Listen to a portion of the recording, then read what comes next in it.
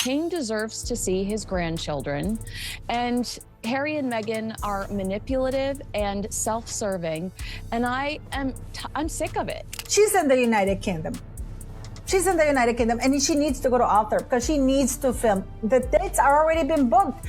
The Earl Spencer has already booked the 10th and 11th of July. So they're going to keep it holding over people. Will she or won't she be in Birmingham? Will she or won't she be in Sandringham? Because that's what Meghan Markle wants. And these idiots are buying into that. We don't like you because you turned Harry away from us.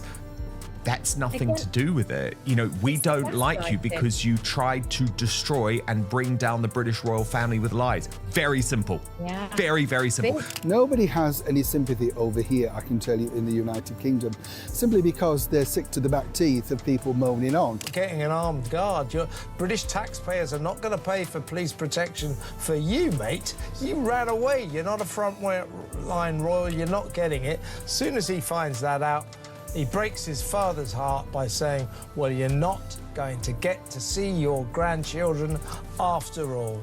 What a despicably cruel thing to do to the king. Meghan met with survivors of the attack on Bondi Beach in Australia, and then her outfit that she was wearing was up on her website cashing in on it. I mean, that's not crass. I don't even know a right word for that, and if I did, I probably couldn't use it on your show.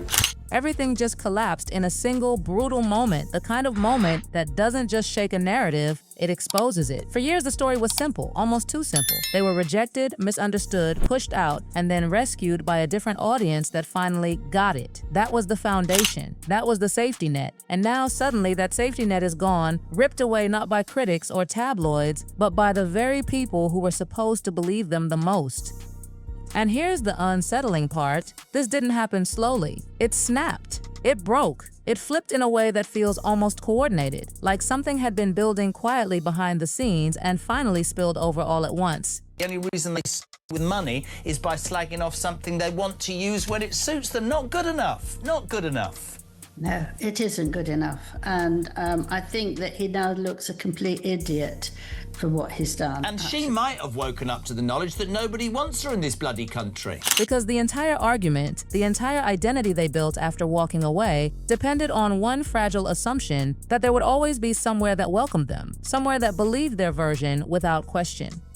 But what happens when that place starts asking questions too? What happens when sympathy turns into skepticism? That's where the cracks begin to show, and once they start, they spread fast, faster than anyone inside that carefully managed image could control. I think that the only thing interesting about Harry and Meghan today is that they're unpredictable. Otherwise, they have no royal contacts. They have no work ethic. They aren't creative people. They aren't funny people. You know, it's just how the only thing that is fun to watch is what will they do next, because they typically make the wrong decision. And what people are noticing now is not rage, not outrage, but something far more dangerous: fatigue. The kind of fatigue that doesn't argue anymore, doesn't debate, doesn't defend. It just switches off. That's when narratives die. Not when they're attacked, but when they're ignored. And suddenly, the voices that once defended, justified, and explained everything are saying something entirely different. Not louder, just colder. Netflix dumped the entire inventory back to her because all of the suppliers were asking for payment in the millions. And Netflix said, we have nothing to do with that. She was supposed to be on that end. Meghan Markle has not paid anybody. Because if both sides of the story, both audiences, both worlds, start reaching the same conclusion at the same time, then what exactly is left? That's the question nobody inside this carefully constructed narrative seems ready to answer. Because it's not just rejection anymore. It's alignment. It's agreement, and that changes everything. Because they want to show how victims they are. Yeah. They've got this style where they feel that they like to be a victim as much as a winner. The most unsettling twist is where this shift is coming from. Not enemies, not critics, but former supporters. People who once defended every decision, every interview, every revelation, now quietly stepping back and re-evaluating everything they thought they knew. That kind of reversal doesn't happen without a reason. And once people start re-examining the past, patterns begin to emerge. And the few people that were reporting favorably, they don't want anything to do with them anymore because they've made because them they've been made to look stupid. like Stupid. balls. And that's where the real problem begins, because the moment people start asking what changed, they inevitably start looking for what triggered it. And the answer is not clean. It's messy, uncomfortable, and layered with contradictions that are impossible to ignore. I do think this is going to be another nail in the coffin, as it were, for Invictus, because more and more people are just beginning to see it for what it is, and it has become very much the Meghan Markle show. What was once seen as untouchable suddenly isn't anymore. The one area that used to silence criticism, the one achievement that stood above everything else, is now being pulled into the same storm.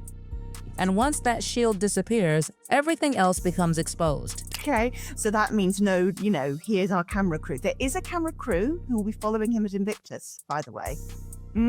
Oh yeah, I'm told. But yeah, there could easily be a photo, and it will be a sweet photo. And who boos a 5-year-old? Nobody. Details that once felt minor now feel explosive. Questions that once seemed inappropriate are now being asked openly. And those questions aren't coming from outsiders. They're coming from people who were paying attention all along. That's what makes this moment different. It's not manufactured outrage. It's accumulated doubt finally reaching a breaking point. Why does it have to be such a big kerfuffle? Because that leads us all to go, they're in it for the wrong reasons. This is just about their brand. This is just about them still being relevant. And when even the safest ground starts to feel unstable, you know something deeper is shifting. Because this isn't just about public opinion anymore. It's about credibility. It's about whether the story still holds together when every piece is examined under pressure. And right now, it doesn't look like it does. Because once you step back and look at the full picture, the contradictions start stacking up in a way that feels impossible to ignore. The timing, the decisions, the reversal, the sudden changes in direction that seem to happen just as something else falls apart. It begins to feel less like coincidence and more like a pattern. And patterns, once spotted, are hard to unsee. That's where the tension really builds, because the more people connect those dots, the harder it becomes to control the narrative. Every silence becomes suspicious. Every delay feels intentional. Every explanation sounds rehearsed. And when that happens, the audience doesn't just listen anymore. They analyze, they question, they doubt. And here's the most dangerous part of all of this. Once doubt replaces belief, it doesn't go away easily. It lingers, it spreads, it reshapes everything that comes next. Because now, every future move will be judged against this moment. Every decision will be interpreted through this new lens of skepticism. So the real question isn't what just happened. That part is already unfolding in plain sight. The real question is what happens next when the foundation itself is no longer trusted. Because if this week proved anything, it's that the story isn't as solid as it once seemed. And if it can crack this quickly, this suddenly, then maybe it was never as strong as everyone believed. What makes this moment even more unsettling is not just what people are saying, but how quickly the entire structure around them seems to be tightening. Because once the surface cracks, everything beneath it starts shifting, and suddenly the focus moves away from sympathy and straight into scrutiny. And that's exactly where things spiral. Because now it's not just about perception, it's about motive. Why now? Why this week? Why does everything seem to be happening all at once, as if multiple storylines collided at the exact same moment? And when you follow that thread, it leads somewhere uncomfortable. It leads to strategy. Because what initially looked like a simple visit, a family moment, something emotional and personal, begins to feel different when placed next to everything else unfolding at the same time. The timing doesn't sit right. The announcements don't align. Plans appear, disappear, then reappear again with slight changes, and each shift leaves behind more questions than answers. That's not confusion. That's a pattern. And people are starting to notice how familiar that pattern feels. Announce something big, let it build anticipation, then pull back just enough to create tension, then shift the focus entirely when pressure builds. It's a cycle. And cycles, once identified, lose their power because the audience starts predicting the next move before it happens. And when that happens, the impact disappears. But this time, something went wrong because instead of controlling the narrative started controlling them. The reaction wasn't what it used to be.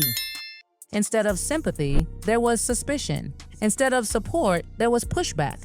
And that pushback wasn't coming from the usual places. It was coming from everywhere at once. And then there's the detail that keeps surfacing, the one that refuses to disappear no matter how much everything else shifts around it. Money. Not in the obvious sense, but in the background, quietly influencing decisions, shaping timelines, driving urgency. Because when you look closely, so many of these moments seem tied to something deeper, something less visible but far more powerful. At the center of it all is one relentless demand that keeps resurfacing no matter how many times it's denied. And every time it's denied, the stakes seem to rise. The narrative becomes sharper, the messaging more urgent, the actions more dramatic. It's not just persistence anymore, it's pressure, and people can feel it. Because here's where the contradiction becomes impossible to ignore. On one hand, there's a claim of vulnerability, of risk, of danger. On the other, there are movements, appearances, decisions that suggest complete control, complete confidence. And when those two realities collide, something breaks. Because you can't hold both at the same time without people noticing. That's exactly what's happening now. The audience is connecting those contradictions and asking questions that don't have easy answers. Why does one place feel unsafe while others don't? Why do plans change so rapidly? Why does every personal moment seem to carry a public consequence? And once those questions are out there, they don't go away. And then comes the most damaging shift of all. The focus moves away from what's being said and onto why it's being said. Intent replaces impact. Motive replaces message. And that's when narratives start to collapse because they can't survive sustained doubt about their purpose. At the same time, another layer of tension is building quietly in the background. Not loud, not obvious, but steady. Because while all of this plays out publicly, decisions are being made privately. Lines are being drawn, doors are being closed, and those decisions don't come with announcements or explanations. They just happen. And once they happen, they don't reverse.